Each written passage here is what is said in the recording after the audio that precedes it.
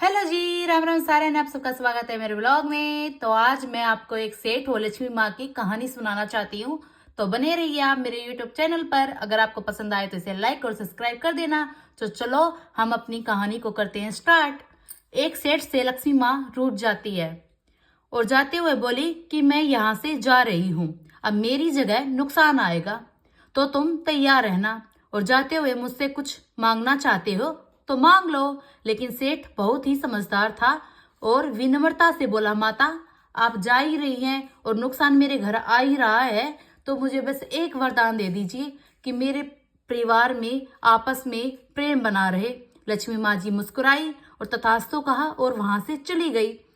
तो सेठ के 4 बेटे थे, तो उनमें से एक सबसे छोटी बहू थी। तो उस दिन बहू ने खिचड़ी बनाई और उससे खिचड़ी में नमक डल गया ज्यादा और अपने काम में व्यस्त हो गई। तभी दूसरी बहू आई, उसने खिचड़ी को चखा नहीं और उसमें नमक डाल दिया और वह भी अपने काम में व्यस्त हो गई। ऐसे एक एक करके तीसरी, फिर चौथी, बाकी की दोनों बहुएं आई और ना कुछ जाना ना कुछ देखा, खिचड़ी चखी नहीं और खिचड़ी में नमक डाले जा रही थी और डाल के अपने काम में व्यस्त हो गई। रात को सबसे पहले सेठ खाना खाने बैठ गया। जैसे ही उसने खिचड़ी का एक चम्मच लिया, उसे महसूस हो गया कि इसमें बहुत ज्यादा नमक है और तुरंत समझ में आ गया कि नुकसान मेरे घर आ चुका है।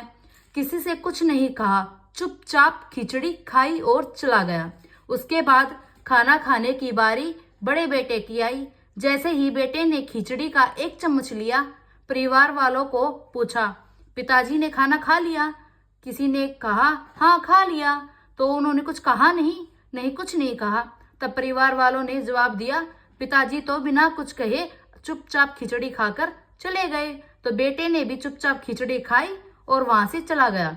ऐसा करके परिवार के बाकी सारे सदस्य एक एक करके आए और अपने से पहले वालों के बारे में पूछकर कुछ ना कहा, चुपचाप खिचड़ी खाई और चले गए। रात को सेठ जी के सपने में नुकसान आया। हाथ जोड़कर बोला, मैं यहाँ से जा रहा हूँ, मैं यहाँ नहीं रह सकता। सेठ जी ने पूछा, क्यों, क्या हो गया है?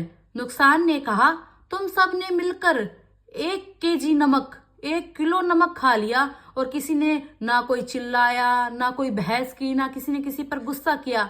जिस परिवार में इतना प्रेम, सुख, शांति, समृद्धि है, तो वहां मेरा क्या काम है?